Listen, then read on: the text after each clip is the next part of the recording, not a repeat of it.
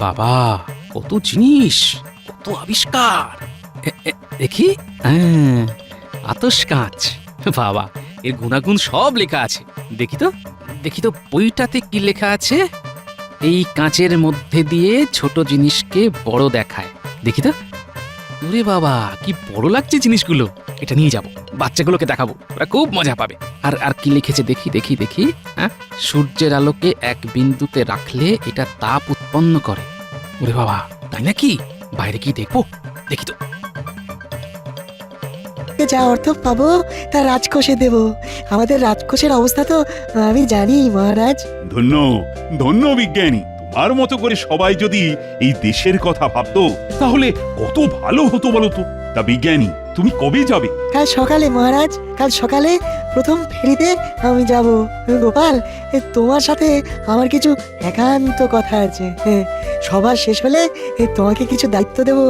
আপনার কাজে লাগতে পেরে নিজেকে ধন্য মনে করব বিজ্ঞানী।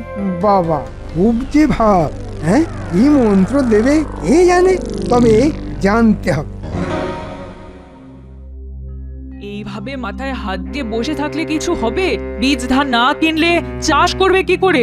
তাই তো ভাবছি, এবার যে এইরকম অবস্থায় পড়বো ভাবিনি গো। গোপাল দাদার কাছে একবার চেয়ে দেখো না। উনি তো মাঝে মধ্যেই আমাদের সাহায্য করেন, কিন্তু এত বেশি টাকা গোপাল দাদা কোথায় পাবে? তবু তবু আজ একবার বলে দেখবো, রাজবাড়ি থেকে ফেরার পথে গোপাল দাদার সাথে দেখা করব। বলুন বিজ্ঞানী, কি বলবেন বলেছিলেন? গোপাল, আমি কাল খুব সকালে চলে যাব, তাই আজকেই তোমার সাথে আপাতত শেষ দেখা। গোপাল, তুমি জানো আমার এই পরীক্ষা কেন্দ্রের উপরে কতজনের নজর রয়েছে। আমি তোমাকে ছাড়া আর কাউকে বিশ্বাস করতে পারি না। তোমার কাজ হলো প্রতিদিন একবার নিয়ম করে একটু দেখাশোনা করা, এই আর কি।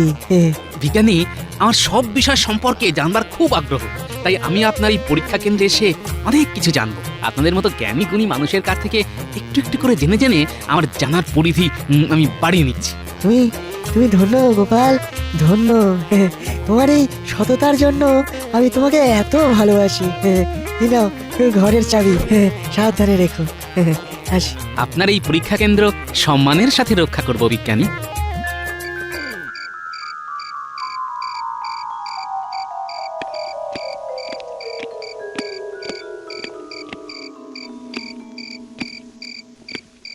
আজ এত দেরি হলো? পুটির বাবা তোমার জন্য অপেক্ষা করতে করতে চলে গেল। পুটির বাবা এসেছিল কেন? এত কিছু বললো না গো। যাই, একটু পুটিদের বাড়ি থেকে ঘুরে আসি, কি দরকার পড়লো দেখি। এই তো এলে, কাল সকালে না হয় যাবে। না গো গিন্নি, কেউ বাড়ি বয়ে এসেছিল, নিশ্চয়ই খুব প্রয়োজন। আমি যাবো আর আসবো। ও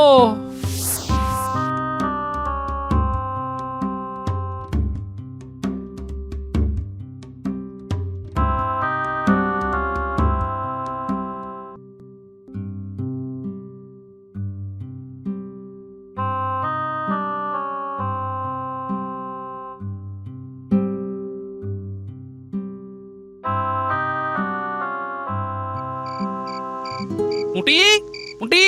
পুটি তো ঘুমিয়ে পড়েছে, ডেকে দেবো? না না, ওই পুটির বাবা আমার সাথে দেখা করতে গিয়েছিল, তাই ভাবলাম কোনো বিপদ আপদ হলো নাকি।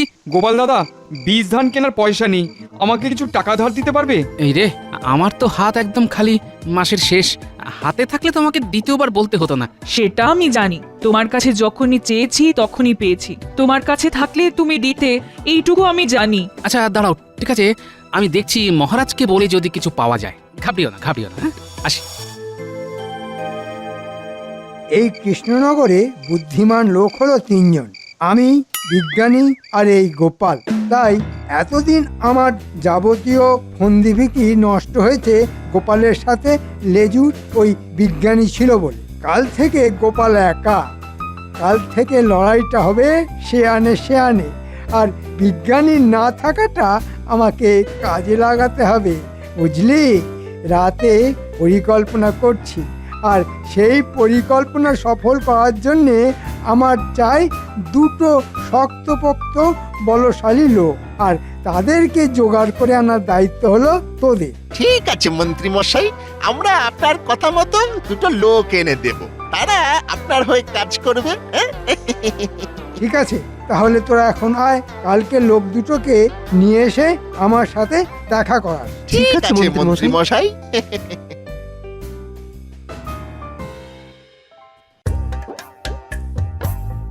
বিজ্ঞানী সকালে বিদেশে চলে গেছে পুরস্কার আনতে। এটা আমাদের কত বড় আনন্দের খবর। মহারাজ, আনন্দের মাঝে একটা খারাপ খবর আছে। এই খরাতে চাষিদের খুব ক্ষতি হয়েছে। বীজ ধান কেনার পয়সা নেই। বলছিলাম যে ওই রাজকোষ থেকে কিছু অর্থ কি বরাদ্দ করা যায়? দেখো গোপাল, রাজকোষ শূন্য, কিভাবে কি হবে ঠিক বুঝতেও পারছি না। তোমার কথা শুনে না আমার খুব কষ্ট হচ্ছে গোপাল। এই তো সুযোগ, হ্যাঁ, কারো পৌষ মাস, কারো সর্বনাশ। হ্যাঁ, এই খরা আমায় নড়া ধরে দাঁড় করিয়ে দেবে। গোপাল, আমি দেখছি কিভাবে এই সমস্যা থেকে আমার রাজ্যের প্রজাদের আমি বার করে নিয়ে আসতে পারি। নবাব বাহাদুরকে কি খবর পাঠানো যায়? আমিও তাই দেখছি। কাল দুধ পাঠাই, দেখি নবাব আপৎকালীন ব্যবস্থার জন্য কিছু ঋণ দিতে পারেন কিনা। প্রহরী, দুধকে খবর পাঠাও, দেখি নবাব বাহাদুর কি বলেন। এই রে, নবাব বাহাদুর যদি মহারাজকে সাহায্য করে তবে আমার পরিকল্পনা একগাল মাছি।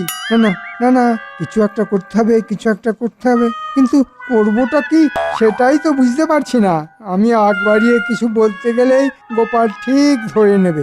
দেখি কিছু একটা উপায় তো করতে হবে।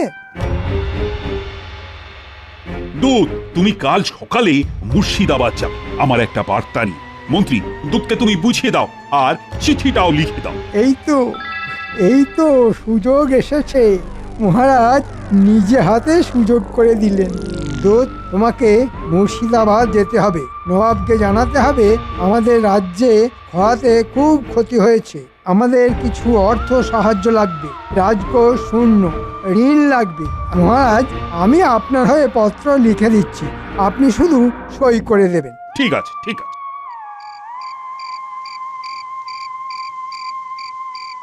আমাদের মন্ত্রীমশাই কাজের লোক চেয়েছেন। তোমাদের এই কৃষ্ণনগরে কেউ চেনে না, সুতরাং তোমরাই কাজটা ঠিকঠাক করতে পারবে। এখন তোমরা আমার সাথে ওই মন্ত্রীমশাইয়ের বাড়ি চলো, বাকি কথা ওই মন্ত্রীমশাই বলবে। ঠিক আছে, চলো ঘটাদা, পয়সা করি ঠিকঠাক পাওয়া যাবে তো? ও নিয়ে তুমি একদম ভেবো না। ঠিক আছে, তোমাদের সাথে এই আমাদের প্রথম কাজ, দেখো শেষ কাজ যেন না হয়। আমাদের নাম কি জানো তো? ষণ্ড আর পাষণ্ড। যদি দেখি বেচাল, করবো লন্ড ভণ্ড।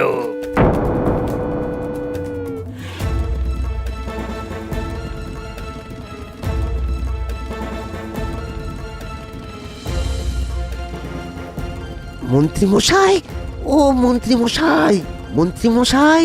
আয় আয় আয়, কেউ দেখেনি তো? না না না না না না, কেউ দেখেনি। এই বটা কই? বটার ধুম জ্বর, শুয়ে আছে। মন্ত্রীমশাই, এই যে আপনি ওই বলেছিলেন সেই মতো লোক এনেছি। কাজটা পারবে তো?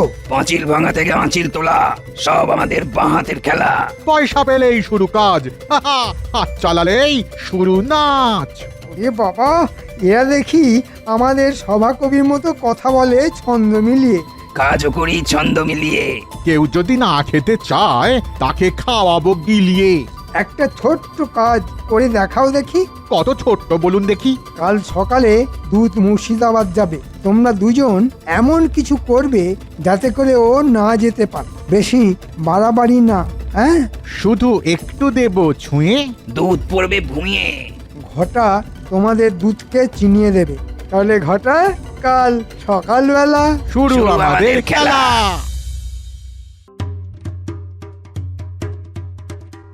এই দুই গাছে বাঁধলাম দড়ি, দেব শুধু টান। দুধ মশাই পড়ে গিয়ে দেবে পিঠ টান।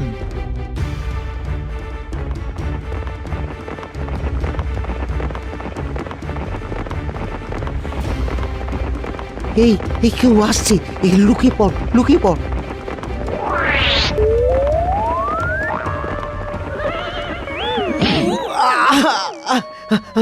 ওরে বাবা রে, ও ও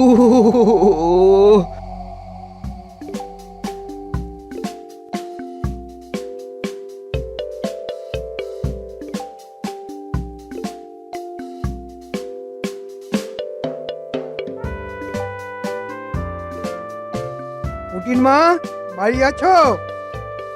ওমা কি সৌভাগ্য! মন্ত্রীমশাই আমাদের বাড়ি। আহা, এত উত্তেজিত হবার কি আছে? শোন, তোদের খুব কষ্ট, গোপালের কাছে সব শুনেছি। শোন, আমার কাছে আয়, আমি তোর বীজ ধান কেনার পয়সা দিয়ে দেব। সত্যি বলছেন? আমি মিথ্যে বলার লোক নয় পুঁটির মা। শোন, বাড়ি আয়, টাকা নিয়ে যা। গোপাল মহারাজকে সবার কথা বলছিল, আমি দেখছি কি করে কি করা যায়। ভুলিস না, বাড়ি আসে টাকা নিয়ে যাস, আর তোর খুশি মতো যখন ইচ্ছে শোধ দিস। আপনাকে আপনাকে কি বলে ধন্যবাদ দেবো মন্ত্রীমশাই, আমি বুঝতে পারছি না। তোদের তোদের কান্না দেখে আমারও কান্না পেয়ে যাচ্ছে রে। আর আমাকে আমাকে আর কাঁদাস না রে।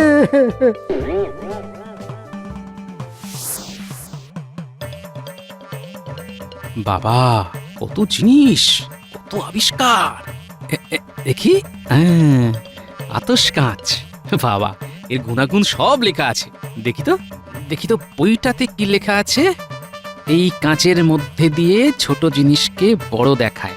দেখি তো, ওরে বাবা, কি বড় লাগছে জিনিসগুলো। এটা নিয়ে যাব, বাচ্চাগুলোকে দেখাবো, ওরা খুব মজা পাবে। আর কি লিখেছে দেখি। হ্যাঁ, সূর্যের আলোকে এক বিন্দুতে রাখলে এটা তাপ উৎপন্ন করে। ওরে বাবা, তাই নাকি? বাইরে কি দেখবো, দেখি তো।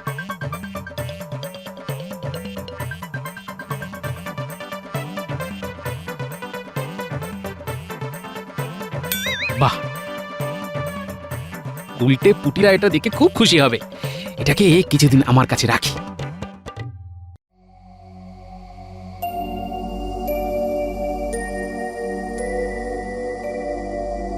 গোপাল, সর্বনাশ হয়েছে। এই দেখো দেখো, দুধের কি হাল হয়েছে। এ কি, কে করেছে? জানি না গো গোপাল দাদা, জানি না, কিছু দেখিনি গো। কিভাবে যে পড়ে গেলাম! উফ উফ বাবা রে! ও ও নাও নাও নাও, তুমি বিশ্রাম নাও। তুমি বরং সুস্থ হও, তারপর দেখছি। ওর সুস্থ হতে হতে না আমি বড় লোক হয়ে যাব। তাহলে এবার কি হবে? দেখছি কাকে পাঠানো যায়। যাকেই পাঠান মহারাজ, সবারই হাল হবে বেহাল। শোন, এই নে, এই লাল পুঁটুলিতে 100 সোনার মোহর আছে। আপনি আপনি ভগবান মন্ত্রীমশাই। নে, এইবার এই কাগজটাতে সই করে দে। কাগজে সই? এই যে টাকাটা দিলাম, একটা কিছু তো আমার কাছে রাখবো। আরে তোর কিসের চিন্তা? বাড়িটা বন্ধক রাখছি না তো। ওরে না না, আমাকে দেখে কি তোর সুদঘর মনে হয়? হ্যাঁ, আমি তো এই রাজ্যের মন্ত্রী, রাজার পর আমিই আছি। নে নে, যা, কাল তাড়াতাড়ি বীজ ধান কিনে চাষাবাদ শুরু কর। তাহলে আমি এখন যাই।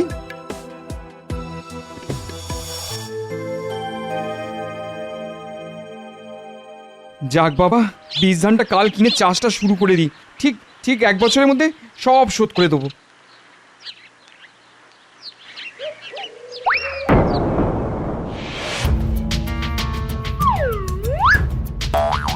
হই হই হরি, টাকা দিয়ে ছুটি। সর্বনাশ, এই টাকা নিয়ে চলে গেল। এবার কি হবে? মন্ত্রীমশাই, আমার সর্বনাশ হয়ে গেল। আপনার দেওয়া টাকা ছিনিয়ে নিয়ে গেল। এবার আমার কি হবে? এ কি, এখানে চোর? হ্যাঁ, এ তো ভালো কথা না। দেখছি কাল রাজসভায় আমি এটা নিয়ে বলবো। তুমি শান্ত হয়ে বাড়ি যাও, আমি দেখছি। আয় আয় আয় আয় আয় আয়। এবার কি খাবো? বাড়িতে বাড়িতে কি বা খেতে দেবো?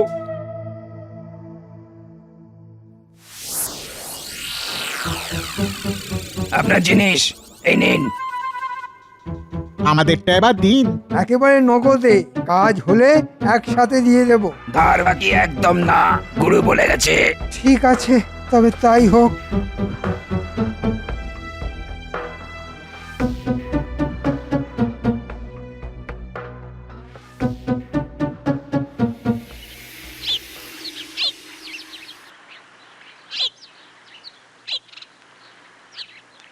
কি গো পুটির বাবা, এভাবে বসে আছো কেন? কপাল কপাল গোপাল দাদা, মন্ত্রীমশাই আমাকে 100 মোহরের একটা পুঁটলি দিলেন বীজ ধান কেনার জন্য।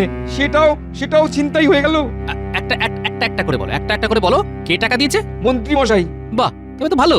মন্ত্রীমশাই বদলে গেছেন তাহলে, কিন্তু ছিনতাই হলো কিভাবে? মন্ত্রীমশাই বাড়ি থেকে বেরিয়ে কিছু দূর গেছি, আচমকা দুজন বেশ সন্না মতন লোক আমার হাত থেকে মোহরের পুটলিটা নিয়ে চলে গেল।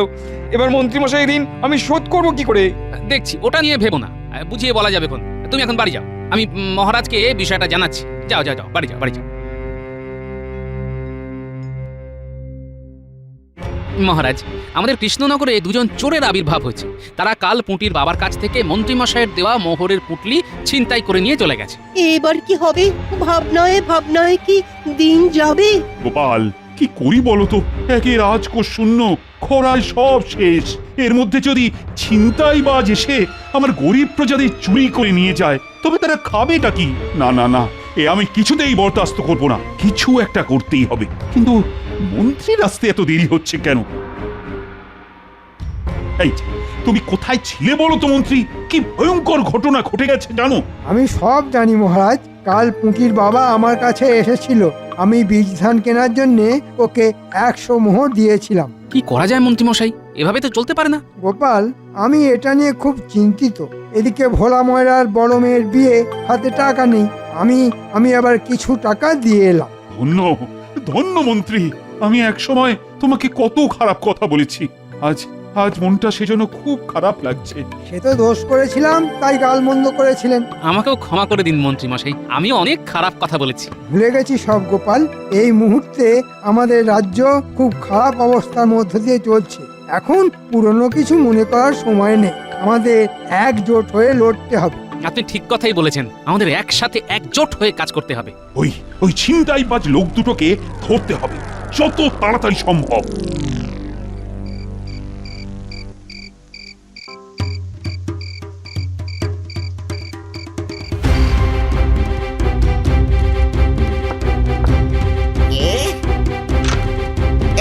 কে তোমরা? কি করছো? এই লাল পুটুলি নিয়ে ভাবছি ভাই। তোমার কথা শোনার সময় নাই। একই মানে ওই লাল পুটুলি নিয়ে ভাবছো মানে? ওটা আমার মেয়ের বিয়ের জন্য ওই মন্ত্রী মশাইয়ের কাছ থেকে ধার নিয়েছি। হ্যাঁ, তুমি ধার নিলে, আমি কেড়ে নিলুম। লাল পুটুলি নিয়ে আমরা চললুম।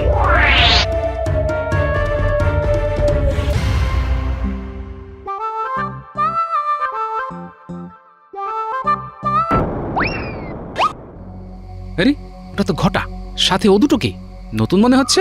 শুনতে হবে কি বলছে, রহস্য ওখানেই আছে। শোনো, মন্ত্রীমশাই বলেছেন আজ থেকে কয়েকদিন চুপ করে থাকো। যা কাগজপত্র আছে তা যথেষ্ট। মন্ত্রীমশাইয়ের সামনের ঘরের টেবিলে সবার জমির কাগজ আছে। তাই বলছি কিছুদিন চুপ করে থাকো। চুপ করে কি হবে? চুরি আমাদের করতে হবে। মন্ত্রী টাকা না দিলে চুরিটা করবে কি করে? ও, তাহলে এই ব্যাপার। সন্দেহ আমার অনেক দিন আগেই হয়েছে, প্রমাণ পাচ্ছিলাম না। আজ প্রমাণ হাতে এসে গেল। চলো মন বৃন্দাবন, আতশ কাচের খেলা দেখাই এখন।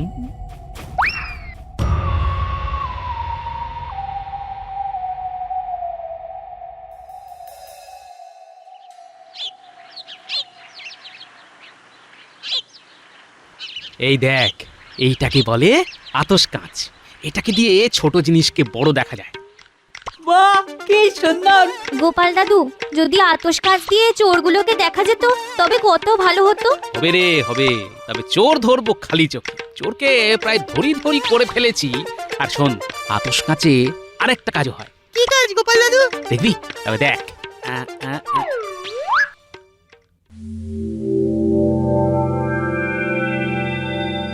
ওরে বাস! একটা কথা বলি, তোরা একটু তোদের চোখ কান খোলা রাখ। কোনো অপরিচিত লোককে আমাদের এলাকায় দেখলেই সাথে সাথে খবর দিবি। চলি রে।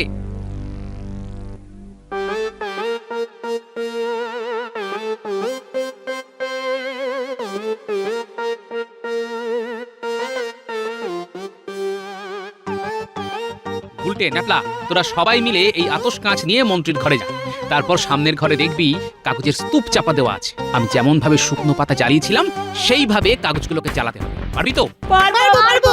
উঠিমা, মনে রাখিস তোর বাবাকেও কিন্তু ঠকিয়ে কাগজে স্বাক্ষর করে নিয়েছিল ওই মন্ত্রী। কাজটা আমরা ঠিকভাবেই করব। মন্ত্রী, এই মুহূর্তে শূন্য রাজকোষে কিছু অর্থ সাহায্য করতে পারো? পারি মহারাজ, কিন্তু সেটা পেতে হলে আমার একটা কাগজে স্বাক্ষর করতে হবে। হ্যাঁ, কিসের কাগজ?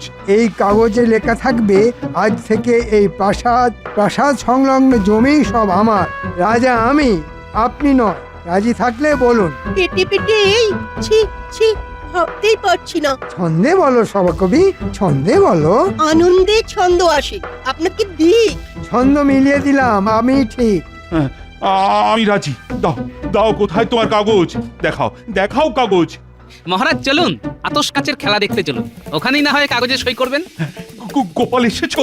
মন্ত্রী, খুব ভালো খেলা খেলেছিলেন মন্ত্রী মশাই, কিন্তু ওই সব ভালো তার, শেষ ভালো যার। তুমি কি বলছো? আপনার শেষটা ভালো নয় মহারাজ, কথা নয়। এখন চলুন, বিজ্ঞানী নেই, কিন্তু বিজ্ঞানীর হাতিয়ার আপনাকে বাঁচিয়েছে। চলুন, আতশ কাচের খেলা দেখবেন চলুন। সেনাপতি, বট গাছের তলায় বটা আর দুজন অপরিচিত লোক বসে আছে, ওই লোকগুলোকে বন্দি করুন। ঠিক আছে গোপাল।